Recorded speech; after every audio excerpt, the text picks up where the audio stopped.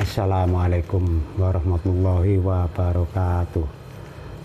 Pemirsa, selamat bertemu lagi dengan saya Abdul Aziz Baraja, sang pemburu benda kuno. Di malam ini, hari ini, saya akan mereview sebuah pusaka yang luar biasa sekali, di mana pusaka ini banyak mengandung sejarah yang berliku-liku, sejarah yang panjang, terus akhirnya jatuh kepada seorang raja besar, di mana waktu itu dia belum dimiliki seorang raja tersebut, dimiliki oleh seorang raja yang juga sangat besar juga, di mana beliau merasa sudah harus diwariskan kepada mana yang dianggap anaknya. Akhirnya diwariskan kepada beliau, yang mana beliau akhirnya ikut memelihara pusaka tersebut, yang mana pusaka ini mengandung sejarah yang sangat panjang sekali. Pusaka ini sekarang tempo hari saya dapatkan dalam keadaan kotor sekali, dan juga belum ada warangka, dimana sekarang diberi baju yang bagus, yang sangat luar biasa. Ini tidak tahu kayunya dari apa, ini pemesanan yang khusus juga, pembuatannya dengan tangan yang luar biasa. Seorang ahli ini, kalau tidak ahli tidak bisa membuat pakem seperti ini. Rangka yang cantik dilengkapi, ini ada lapisan seperti perak ya, ini juga ini kayu, ya tahu kayunya jenis apa, sehingga pusaka ini mempunyai baju yang sangat sesuai, sangat bagus, sangat cantik. Pusaka ini selalu mencari tuannya. Pusaka-pusaka yang mempunyai panjang sekali sejarahnya dan berliku-liku, punya historis yang luar biasa sekali. Pada zaman Singosari berturut-turut selalu dipegang oleh seorang raja. Terus nanti keturunannya juga memegang ini, dan pusaka ini sangat-sangat wingit sekali. Handle-nya juga seperti ini dengan emas handle-nya, dan ini juga mendaknya ini emas, juga ini ada emas pemirsa. Ini dikinata emas, walaupun sudah tua sekali tapi masih kelihatan sekali dan sangat cantik sekali. Ini bisa dilihat pemirsa, sudah diberi baju sangat cantik, dan ini panjang sekali sejarah. Dalam peperangan dia ikut, dalam kedamaian dia ikut, kesejahteraan rakyat juga dia ikut, gimana dia menenteramkan sebuah daerah yang besar. Seorang raja itu begini, misalnya orang di Indonesia ini tidak, sebagian besar tidak mengerti. Misalnya seorang kolektor, macam-macam dia punya. Seorang kolektor besi aji, keris maupun apapun ya, tumbak dan sebagainya. Dia punya koleksi itu beratus-ratus, mungkin ribuan, seorang kolektor. Kalau raja kira-kira berapa ribu? Nah, itu harus dimatangkan pemikiran pemirsa. Jadi raja ini punya kolektor juga besar, punya barang-barang yang jumlahnya banyak, baik itu keramik yang indah-indah maupun itu bentuk besi aji, keris, tombak yang luar biasa biasanya milik raja ini. Bukan ratusan, ribuan barang-barang lah. Beberapa kesayangan termasuk ini. punya historis panjang dan harus memang berada di samping raja. Salah satunya ini yang koleksi yang luar biasa, di mana akhirnya jatuh ke tangan waktu itu beliau masih seorang pangeran. Akhirnya beliau bersusah payah luar biasa sekali susahnya, sehingga kerajaan sudah hancur porak-poranda waktu itu. Beliau kemana-mana berniat mendirikan kembali sebuah kerajaan. Nah ini sebagai pendukungnya keris ini, keris yang sangat-sangat wingit. Nah ini pemirsa bisa tahu ya kewingitannya dari belakang, dari samping, semuanya ini dengan ini diukir, mendaknya juga diukir, dan ini pilahnya kinata emas. Ini betul-betul sesuai. Akhirnya beliau menjadi orang yang luar biasa, jadi besar, yang mana akhirnya berdirilah kerajaan waktu itu masih kecil, Majapahit, dan kerajaan itu masih di sekitar Tarik ya, desa Tarik. Desa Tarik ini ya sekitar antara Krian ke ujung daerah Wetanan. Nah itu daerah Krian, antara perbatasan Mojokerto dan Krian. Lantas beliau berapa tahun sudah mendirikan itu dengan tetap memakai keris ini. Akhirnya beliau menyeberang lagi, nyebrang Sungai Berantas untuk mencegat musuh dan sebagainya. Juga ada historis yang panjang. Beliau juga mempelajari pegunungan dan sebagainya, mempelajari pengairan dan sebagainya. Akhirnya beliau pindah ke daerah Trowulan. Nah, keris itu mengiringi beliau sehingga sangat wingit. Mereka para penduduk juga tahu. Sangat indah sekali.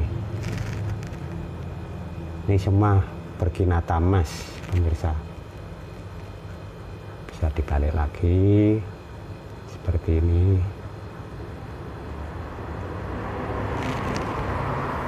Sangat tua sekali keris ini, punya sejarah panjang, dan sekarang akhirnya dimiliki seorang keturunan keraton juga, di mana dia akhirnya memiliki pusaka ini. Ini saya temukan dengan berhandle emas dan sangat cantik, terus dicuci sehingga seperti ini hasil pencuciannya. Memang dari korosi dan sebagainya, sehingga karena di alam bebas jelas mungkin masih ada guratan-guratan yang mungkin ada hasil korosi yang diproduksi oleh alam.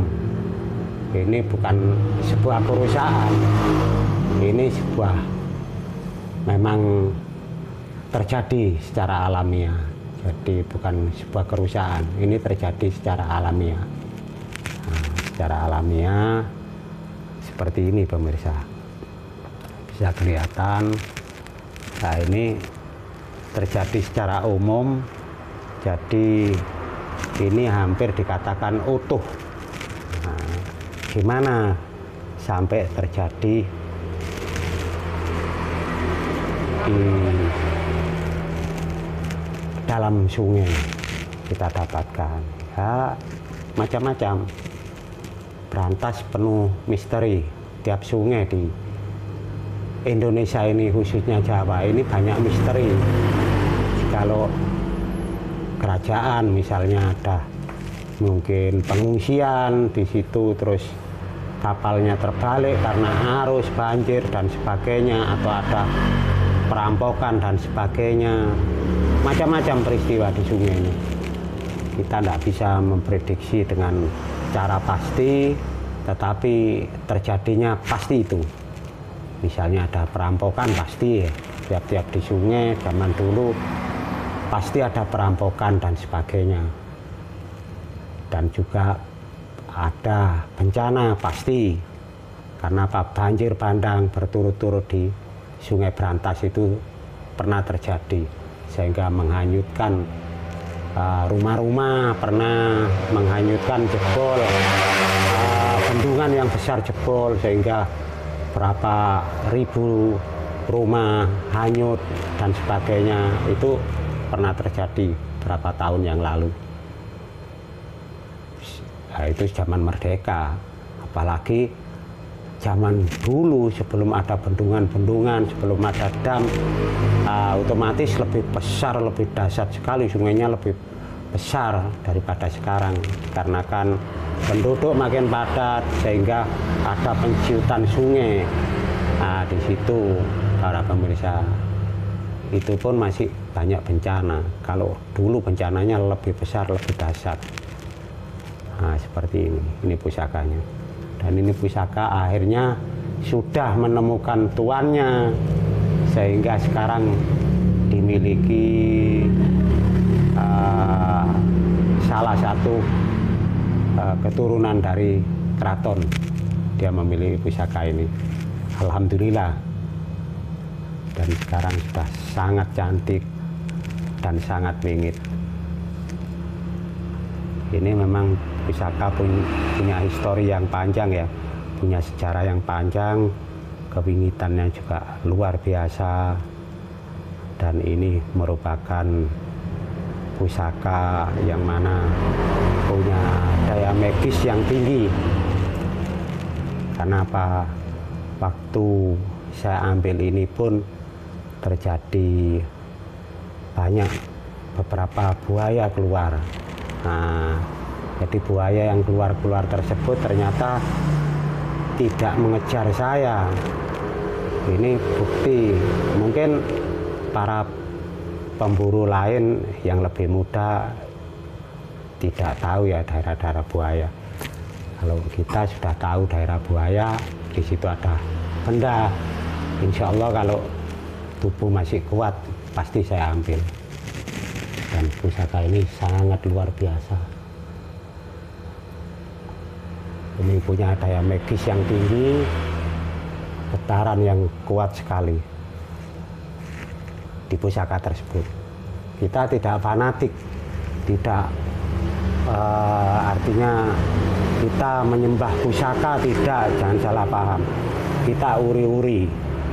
Benda tersebut dibikin dengan sangat susah payah, dengan puasa dan sebagainya. Bukan kita sembah pusaka ini, bukan kita kayak kita tuhankan. Jangan salah paham pemirsa. Kita uri-uri sebuah kebudayaan besar. Seandainya ada orang tua kita foto, kita kenang jasa-jasa orang tua, kedua orang tua kita, itu bukan berarti kita menyembah orang tua kita. Itu penghormatan. Nah, rasa penghormatan dari sebuah kebudayaan yang besar, yang bersusah payah kita hormati, kita junjung tinggi. Dengan daya kekuatan yang besar dia tanamkan rasa di dalam sebuah pusaka. Ini saya merasakan. Kenapa? Sudah berapa kali saya coba, andai kata ada hujan pun saya coba. Tapi ada penayuan khusus ya, sehingga saya acungkan sini. Dan hujan tersebut alhamdulillah terang benderang segera. Nah, ini kekuatan luar biasa di pusaka ini. Ini yang kalau bisa membaca apa yang ditayukan beliau-beliau di dalam pusaka ini, maka sebagai pusaka yang wingit, maka dipakai kemana-mana. Kalau ada halangan apapun raja-raja tersebut, tinggal mereka tahu kuncinya, langsung diacungkan sehingga perjalanan mereka lancar dan pasukan mereka lancar dan tidak terjadi bencana. Nah, seperti itu. Jadi alhamdulillah sekarang sudah cantik, dirangkai seperti ini, sangat indah sekali. Sekarang sudah dimiliki oleh keturunan keraton, mungkin besok akan berangkat ke keraton kepada yang punya. Nah, ini keindahnya pusaka ini. Sangat cantik dan punya nilai magis yang tinggi dan berhandle emas. Nih, para pemirsa bisa melihat cantiknya luar biasa. Oke, saya akhiri sampai di sini bahasan pusaka tersebut. Dengan nama apapun pusaka ini, sebuah nama ini memang secara simbol memang dinamai oleh beberapa empu atau beberapa orang. Kalau saya pribadi membaca secara batiniah tidak memberi nama, silakan menamai sendiri. Misalnya Megantoro, boleh, nama apapun boleh. Saya tidak menamai pusaka ini. Karena apa? Saya memanggil yang di dalam. Oke, terima kasih para pemirsa. Saya nanti melanjutkan review barang lain. Ini saya sambung lagi habis mereview tadi sebuah pusaka. Terus ini saya review lagi sebuah pedang yang sangat luar biasa sekali juga, dimana sangat panjang, luar biasa panjangnya, dan ini dimiliki seorang raja besar, juga hampir sama, ya samalah dengan pusaka tadi. Ini Khadga ya, Khadga pedang, dimana pedang ini juga sejarahnya panjang sekali. Pertama kali dipakai zaman Mataram kuno, terus akhirnya waris mewaris sehingga sampailah kepada seorang raja besar yang di Jawa Timur. Dan ciri khas Khadga ini banyak sekali. Khadga semua yang kita temukan ini selalu ciri khas seperti ini ya. Ini ada handle kayu, ini perunggu, diikat perunggu dan tembus ke sini sebuah peksinya dari bilah pedang ini tembus ke sini. Dan ini diikat oleh emas, pemirsa. Nah, ini diikat oleh emas di sini sehingga pembikinan yang sangat rumit seperti ini. Ini ada ukiran, ornamen ukiran yang cantik, juga tidak terlalu rame ukiran-ukiran. Juga di baliknya juga ada ukiran sama. Nah, seperti ini, bilahnya seperti ini merupakan iketan ya. Nah, ini juga bilahnya sangat besar dan panjang seperti ini. Nah, ini pemirsa bisa ini sejarahnya yang panjang ini, berliku-liku, banyak pertarungan dengan membawa bilah pedang ini sehingga sejarahnya panjang sekali. Dan ini sudah terjadi korosi. Nah, di antara bilah pedangnya ini sudah terjadi korosi, beberapa korosi. Ini patut kita perhatikan, sangat disayangkan kalau ada kerusakan-kerusakan lagi. Ini harus kita pelihara lebih rapi lagi.